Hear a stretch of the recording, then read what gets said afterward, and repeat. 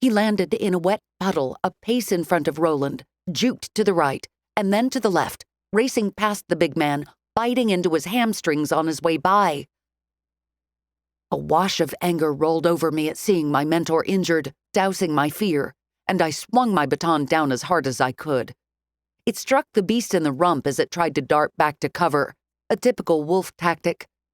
My blow singed his hair and shattered bone. The creature collapsed into a puddle of mud with a yelp, instinctively snapping his jaws over his shoulder to bite whatever had hit him. I let him, but mostly out of dumb luck, as I heard Roland hiss in pain, falling to the ground. The monster's jaws clamped around my baton, and there was an immediate explosion of teeth and blood that sent him flying several feet away into the tall brush, yipping, screaming, and staggering. Before he slipped out of sight, I noticed that his lower jaw was simply gone from the contact of his saliva on my electrified magical batons. Then he managed to limp into the woods with more pitiful yowls, but I had no mind to chase him. Roland, that titan of a man, my mentor, was hurt. I could smell copper in the air, and I knew we had to get out of here, fast. Because we had anticipated only one of the monsters, but there had been two of them, and they hadn't been the run-of-the-mill werewolves we had been warned about. If there were two, perhaps there were more. And they were evidently the prehistoric cousin of any werewolf I had ever seen or read about. Roland hissed again as he stared down at his leg, growling with both pain and anger. My eyes darted back to the first monster, wary of another attack. It almost looked like a werewolf, but bigger, much bigger. He didn't move, but I saw he was breathing. He had a notch in his right ear and a jagged scar on his long snout. Part of me wanted to go over to him and torture him, slowly.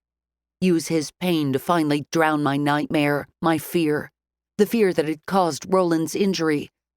My lack of inner strength had not only put me in danger, but had hurt my mentor, my friend.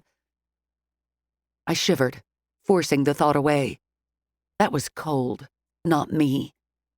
Sure, I was no stranger to fighting, but that had always been in a ring, practicing, sparring, never life or death.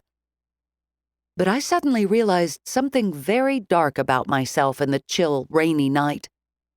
Although I was terrified, I felt a deep ocean of anger manifest inside me, wanting only to dispense justice as I saw fit, to use that rage to battle my own demons, as if feeding one would starve the other, reminding me of the Cherokee Indian legend Roland had once told me.